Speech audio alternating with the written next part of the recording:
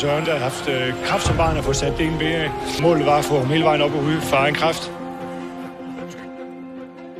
Kæmpe stort for mig, og noget, som har fulgt mig i alle årene efter den der bedrift.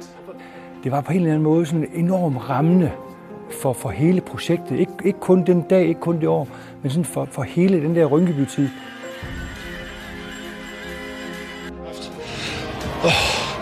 Og når vi så står her, der står ikke hvor mange 100 mennesker, og det lykkes, så det er fantastisk. Det var det, der gjorde, at jeg kom de sidste 100 meter, tror jeg. Det var at se alle dem, der stod hæppet.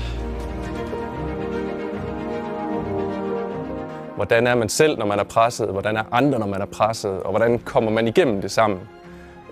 Og det synes jeg bare, det giver et eller andet helt vildt. Altså, jeg sidder for gåsehud bare at snakke om det her. Jeg synes, det er fantastisk, at man bliver ved. Jeg synes, det er fantastisk, at man kan blive ved med at udvikle det her projekt til gavn for de familier, og specielt de børn, der bliver ramt.